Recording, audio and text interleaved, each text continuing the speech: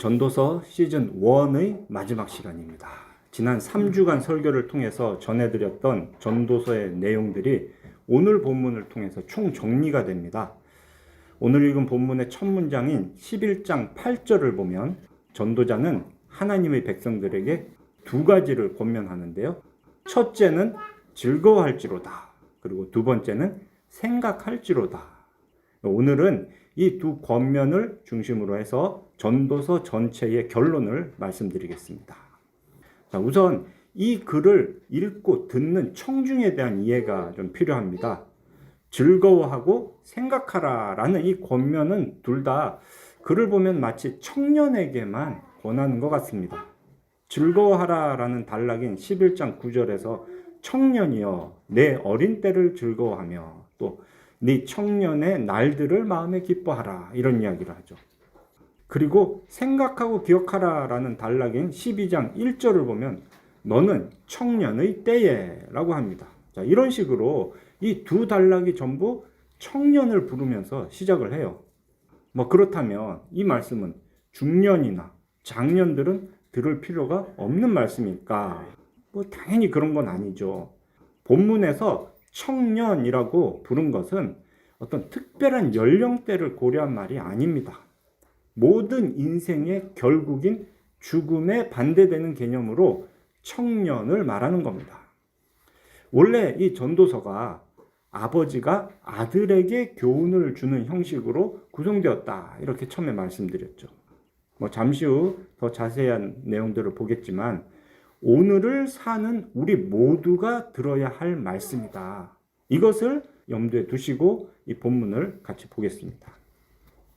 먼저 이 결론 단락의 요약인 11장 8절부터 봅니다.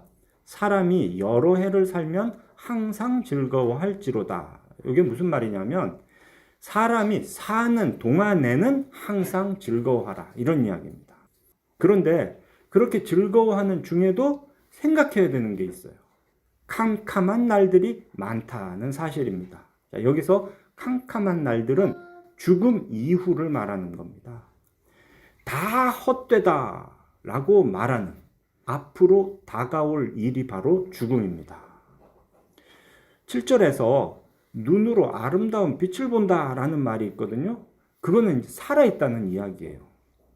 밝은 빛과 반대인 캄캄한 날들이 많다라는 것은 그렇게 죽음 이후의 날들이 길다라는 것을 꼭 생각하라 이런 이야기입니다. 지난주 9장 설교에서 모든 사람의 결국은 일반이다. 그러니까 다 똑같다. 이렇게 말씀을 드렸죠.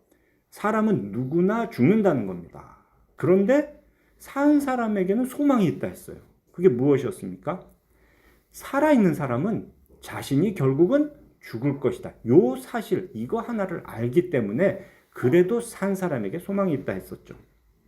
그러니 살아있는 것은 좋은 겁니다. 살아있는 동안 우리는 기쁨을 누려야 합니다. 다만 그런 즐거움 속에서도 그 끝에는 죽음이 있다라는 것도 항상 생각해야 된다는 거죠. 자, 이제 그 두 권면을 좀 자세히 보겠습니다. 먼저 11장 9절과 10절 즐거워하라라는 권면의 상세한 내용들인데요. 즐거워하라, 기쁨을 누리라 이런 말은 전도서 전체에서 계속 반복됐습니다. 각 단락을 마무리하는 표지와도 같은 표현이다. 이렇게 제가 앞에서 말씀을 드렸어요.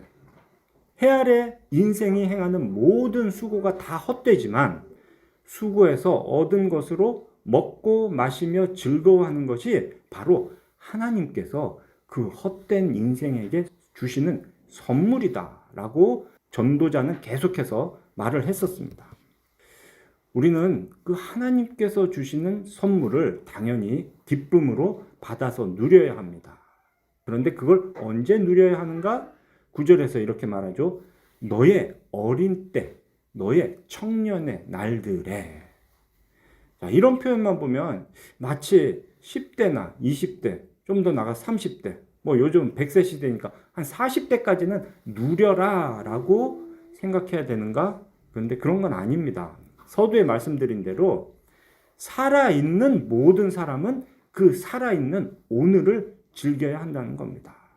그렇다면 어떻게 하는 것이 즐기는 것이고 기쁨을 누리는 것일까요? 마음에 기뻐하며 마음에 원하는 것들과 네 눈에 보이는 대로 행하면 된다. 자, 이렇게 말하는 거죠.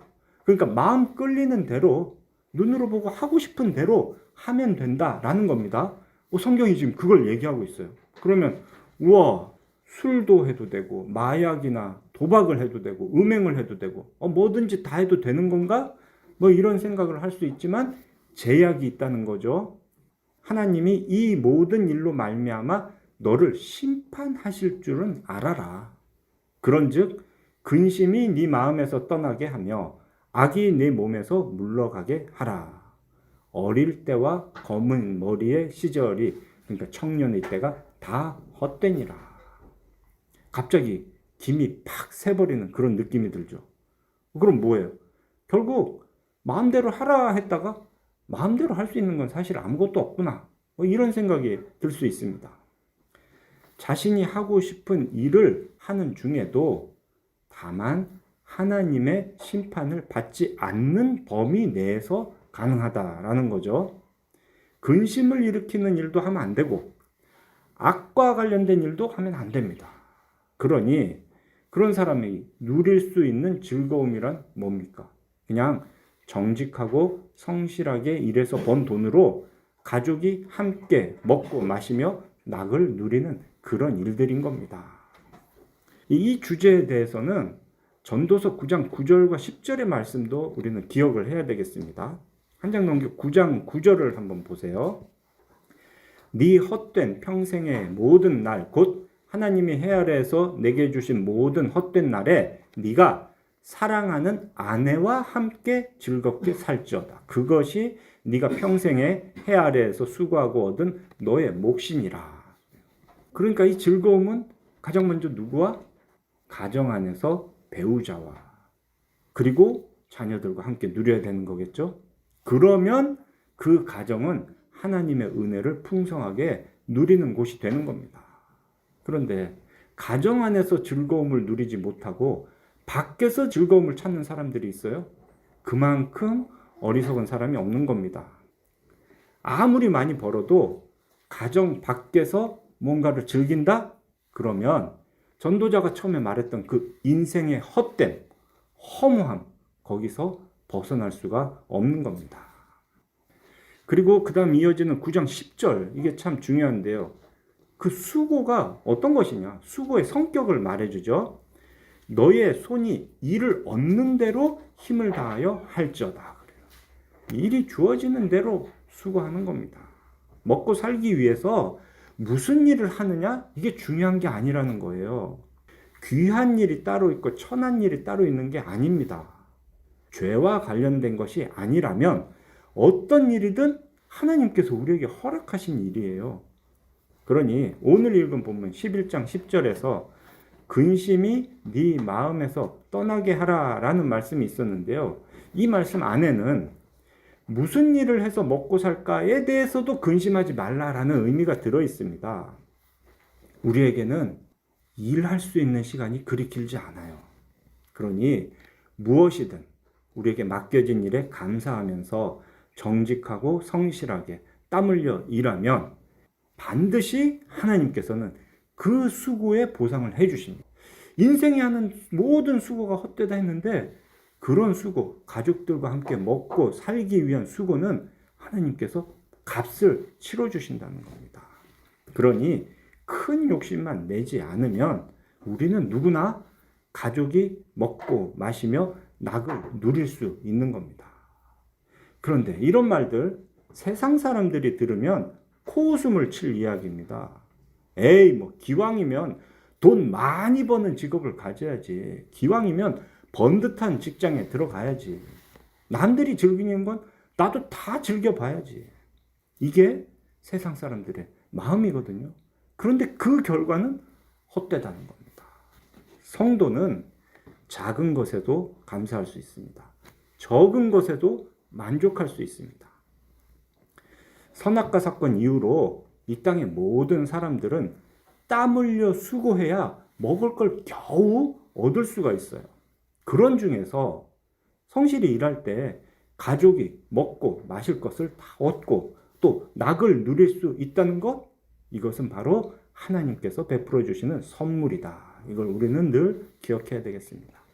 다음으로 두 번째 주제인 생각하라 라는 권면에 대한 말씀입니다. 12장 1절 이유가 그건데요. 12장 1절에서 너는 청년의 때에 너의 창조주를 기억하라 라고 합니다. 두 번째 주제는 생각하라 라고 했죠. 근데 12장 1절 보니까 기억하라 라고 합니다. 이 기억하라 라고 번역된 단어의 원문을 보면은 11장 8절에서 생각하라 라고 번역된 단어와 같은 단어입니다. 그러니까 지금 우리가 보고 있는 전도서에서 생각하라 라는 말은 곧 기억하라 라는 거다. 둘이 같은 단어다. 이걸 일단 같이 염두에 두시고요. 지난번 설교에서 전도서의 특징으로 하나님의 호칭에 대한 이야기를 한 적이 있습니다. 전도서는 보면은 엘로힘이라는 호칭만 사용되었다 했었죠. 여호와라는 호칭은 언약의 하나님이라는 의미를 강조하는 건데요. 그에 반해서 엘로힘이라는 하나님의 이름은 창조주 하나님이라는 의미를 강조하는 호칭이다 했었습니다. 여기서는 엘로힘도 아니고요. 창조주라는 그런 단어가 그대로 그냥 사용되었어요. 이렇게 창조주라고 할 때는 이 하나님이 세상을 창조하신 분이다 라는 의미와 함께 그렇게 창조하신 모든 피조물에 대한 절대 주권을 가지신 분이다 라는 의미도 갖고 있는 거예요. 그게 우리가 기억해야 될 창조주 하나님입니다. 이렇게 생각하고 기억하라 라는 권면에 대한 말씀은 모두 시간, 그러니까 때와 관련이 있죠. 곤고한 날이 이르기 전에 나는 아무 낙이 없다고 할 해들이 가깝기 전에, 그런 때가 되기 전에 우리 인생이 왕성하게 활동할 수 있는 그런 시절은 짧아요. 아무것도 할 수 없는 노년이 오기 전에, 그러니까 궁극적으로는 죽기 전에 창조주를 기억해야 되는 거죠. 죽기 전에 우리는 하나님의 절대 주권을 늘 생각하면서 살아야 합니다. 이건 역시 그냥 20, 30대 젊은 사람들에게만 해당하는 게 아닙니다. 오늘을 사는 모든 사람들이 항상 생각하고 기억해야 되는 그런 중요한 원리인 거죠. 밝은 빛이 어두워지기 전에, 또 비 뒤에 구름이 다시 일어나기 전에 그리하라. 앞단락에서 보았던 그 밝은 빛과 캄캄한 날들의 대조가 바로 여기서도 그대로 계속되죠. 거기에 더해서 비 뒤에 구름, 폭우가 쏟아졌는데 이제 좀 게을란가 싶었더니 또 비가 쏟아지는, 다르게 말하면 고난이 연속되는 삶을 살기 전에 그때 창조주를 기억해라, 이렇게 말하는 거죠. 그 뒤로 이어지는 3절부터 5절까지 기록되어 있는 내용들은 전부 그 죽음을 앞둔 노인의 모습을 은유적으로 표현한 글입니다. 집을 지키는 자들이 떨 것이며 힘 있는 자들이 구부러질 것이다 라는 말은 근력이 약해져서 팔과 손이 떨리고 제대로 걷지 못하는 그런 모습을 말하는 거고요. 맷돌질하는 자들이 적다라는 것은 치아 이야기입니다. 치아가 약해지거나 빠져서 씹는 제 기능을 하지 못하는 것, 이걸 말하는 거고요. 창틀로 내다보는 자가 어두워질 것이다. 눈에 대한 이야기죠. 시력이 약해지는 것입니다. 그리고 4절에서 길거리 문들이 닫혀지고 맷돌 소리가 적어질 것은 이제 입과 관련된 건데요. 말을 잘 못하고 음식을 잘 씹지 못하는 모양이죠. 또 새의 소리로 말미암아 일어난다라는 것은 깊이 잠들지도 못하고 또 잠을 설치는 바람에 이렇게 몸이 피곤한 그런 상황을 표현하는 겁니다. 음악하는 여자들은 다 쇠하여진다라는 것은 귀에 대한 이야기입니다. 소리를 제대로 듣지 못하는 상황. 그리고 5절에서 높은 곳을 두려워할 것이며, 실제로 기운이 빠지면은 계단이 많은 곳을 올라가기가 어렵죠. 그러면 평지는 어떤가? 길에서는 놀랄 것이며, 높은 곳이 아닌 평지길도 어떤 어려움을 만날지 몰라서 두려워한다라는 겁니다. 그리고 살구나무가 꽃이 핀다라는 표현은 머리카락, 백발이 된다라는 이야기고요. 메뚜기도 짐이 되고 정욕이 그친다라는 말은 이제 그만큼 기력이 다 빠져나갔다는 겁니다. 이처럼 노화의 현상을 자세히 묘사한 이유는 늙었다, 노화됐다라는 그 자체가 허무해서 하는 말은 아닙니다. 그 노화의 끝인 죽음을 말하려는 거예요. 5절 끝에 사람이 자기의 영원한 집으로 돌아가고 조문객들이 거리로 왕래하게 됨이니라. 이게 이제 장례식을 묘사하는 거죠. 6절 은줄이 풀리고 금그릇이 깨지고, 은줄에 금그릇을 이렇게 엮어 놓은 게 있었나 봅니다. 그게 다 풀리고 깨졌다. 인생에서 가장 귀하다고 여기는 그런 것들이 다 깨지는 순간에 대한 이야기입니다. 아마 우리가 제일 귀하다는 건 생명을 생각할 수 있겠죠. 그리고 항아리가 샘 곁에서 깨지고 바퀴가 우물 위에서 깨진다. 여기 우물 위에 있는 바퀴는 도르래입니다. 우물 위에 달려있는 도르래가 깨졌다. 그리고 그걸 물을 깃는 항아리가 깨졌다. 이것은 심장이 피를 더 이상 온몸으로 보내지 못하는 상황에 대한 비유라고 합니다.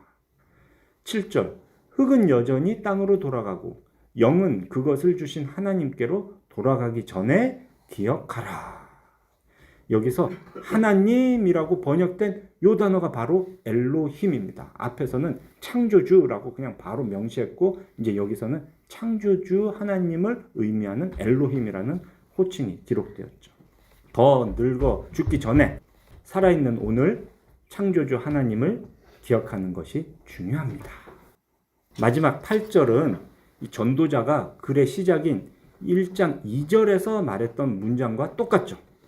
전도자가 이르되 헛되고 헛되도다. 모든 것이 헛되도다.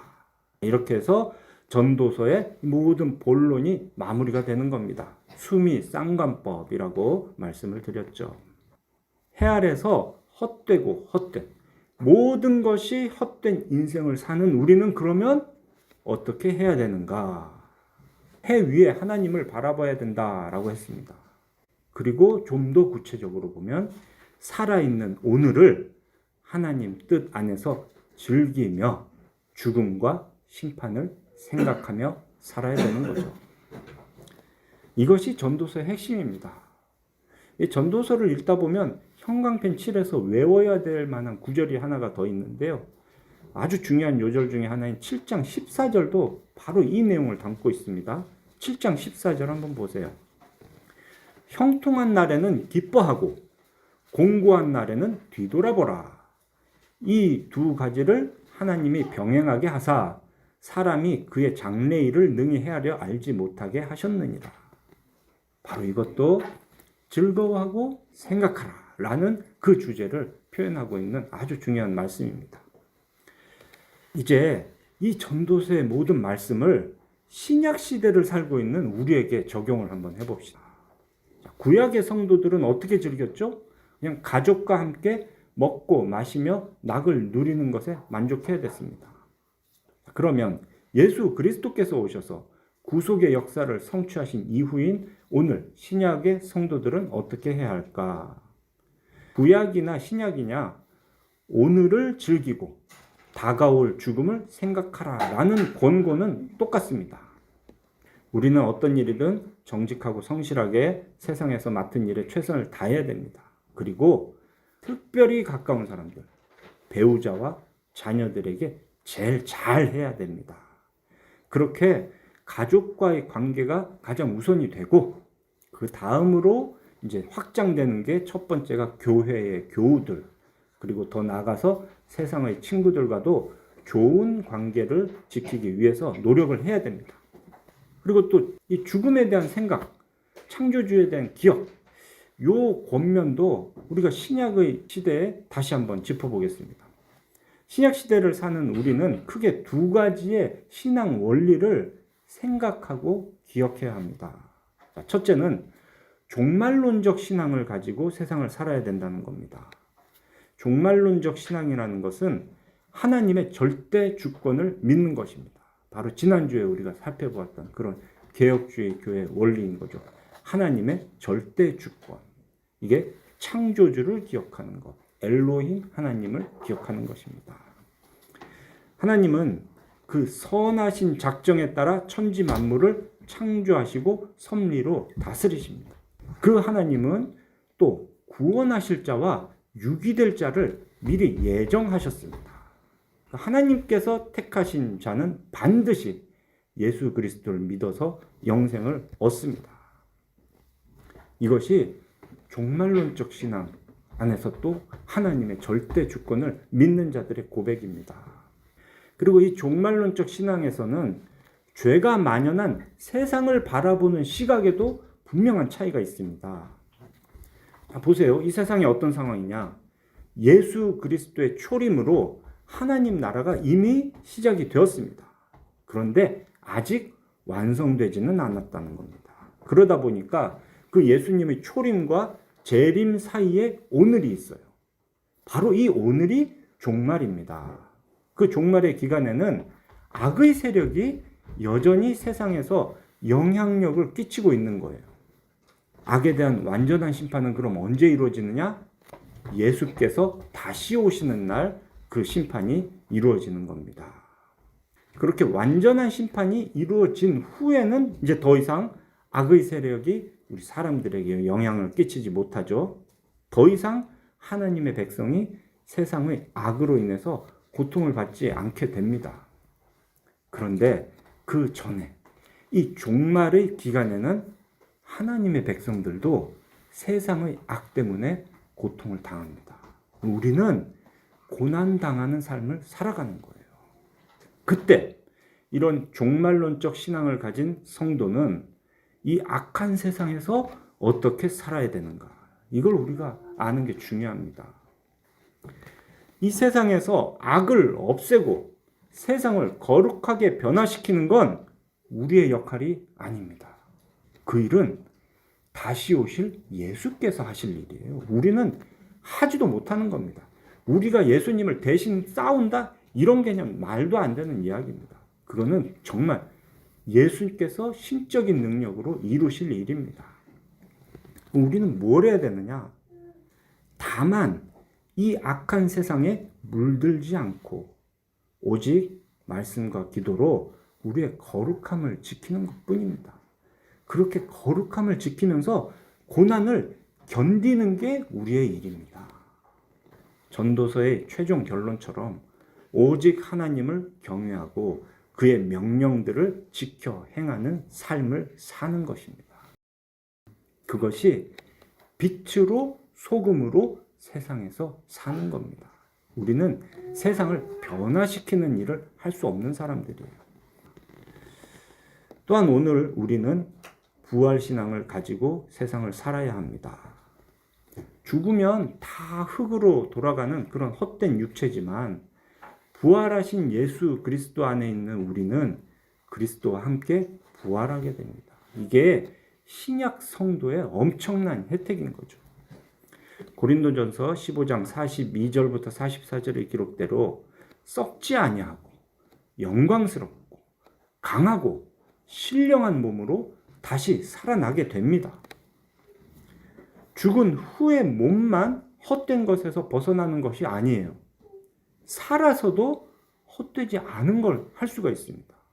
전도서에서는 해 아래 모든 인생의 수고가 헛되다라고 했지만 예수 그리스도의 구속의 은혜를 입은 우리는 이제 다릅니다. 고린도전서 15장 58절의 말씀대로 우리는 예수 그리스도로 말미암아 헛되지 않은 수고에 힘을 쓸 수 있게 되었어요.